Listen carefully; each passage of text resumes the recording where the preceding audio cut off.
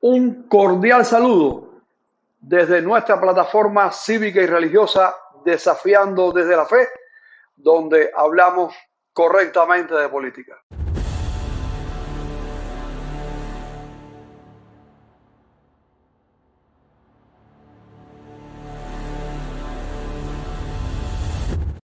En el día de hoy les proponemos La dictadura tiene un problema con los judíos, publicado en el medio The Hill por John Suárez, el director ejecutivo del Centro para una Cuba Libre y activista por los derechos humanos.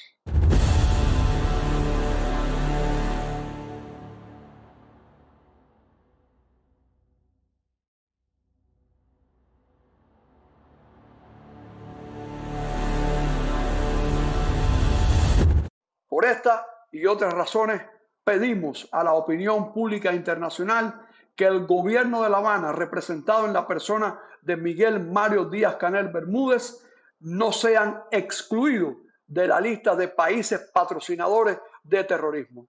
Solo quiero recordarte que si estás de paso por acá y no estás suscrito, que te suscribas. Si te gustó el video, dale like y de paso activa la campanita para que te lleguen todas las notificaciones. El 7 de octubre, los terroristas de Hamas mataron a más de 1.300 israelíes, hirieron a más de 3.360 y lanzaron más de 6.300 cohetes. Los invasores de Hamas entraron a Israel, asesinaron, violaron y secuestraron a civiles. En una declaración formal emitida ese mismo día por el Ministerio de Relaciones Exteriores de Cuba, culpó a Israel y a su cómplice, Estados Unidos, por la violencia. Al hacerlo, continúa difundiendo una narrativa falsa que se origina en la propaganda anti-israelí de la era soviética. Funcionarios cubanos se han estado reuniendo durante el último año con funcionarios de alto rango de Irán y Hamas.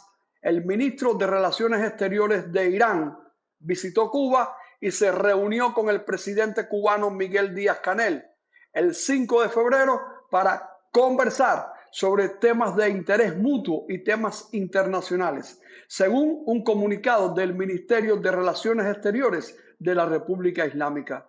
El 25 de febrero, Middle East Monitor informó que una delegación de Hamas visitó públicamente al embajador cubano en el Líbano. En esa reunión, el embajador Jorge León Cruz reconoció el derecho legítimo de los palestinos a defender su tierra. Los palestinos están luchando por una causa justa. El 15 de junio, el presidente iraní Ibrahim Raisi se reunió públicamente con su homólogo cubano Miguel Díaz-Canel en La Habana.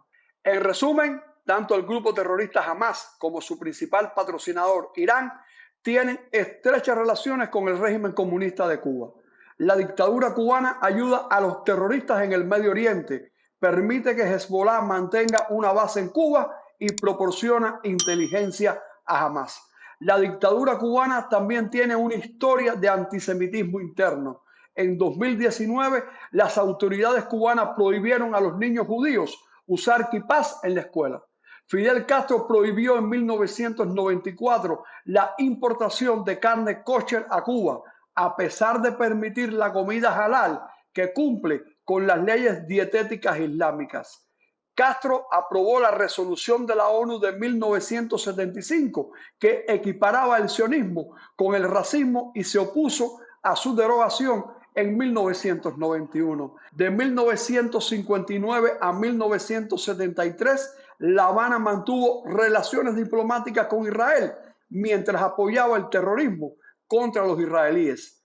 Castro saludó la creación de la Organización para la Liberación de Palestina, OLP, en 1965 y estableció lazos con el grupo palestino Fatah en Argel y Damasco.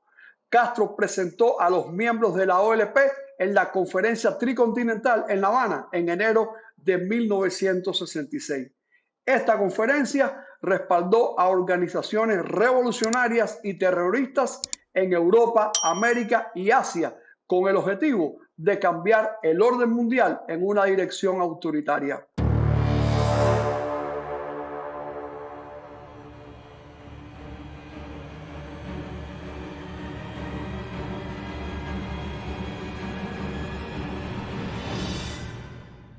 La Unión Soviética ayudó a los estados árabes en el periodo previo a la Guerra de los 6 días en 1967.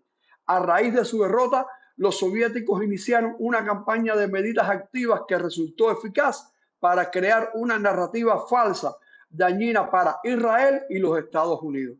Eli Cohen y Elizabeth Boyd explicaron una parte de esta campaña en un documento de lectura obligada de 2019 titulado La KGB y las operaciones de propaganda anti-israelí. La operación SIG fue una medida activa de la KGB diseñada para sembrar la desaprobación mundial hacia los Estados Unidos e Israel. SIG es el acrónimo ruso de gobierno judío o sionista. Esto implicó propaganda soviética y apoyo militar en nombre de grupos terroristas que declaraban a Israel su enemigo. Esto incluyó el aumento del sentimiento anti-israelí mediante la difusión de propaganda antisionista y el uso de tropos antisemitas de la cultura occidental. Esta narrativa es la que la dictadura de La Habana sigue repitiendo hasta el día de hoy. Fidel Castro, por ejemplo, comparó a Israel con la Alemania nazi el 15 de octubre de 1979.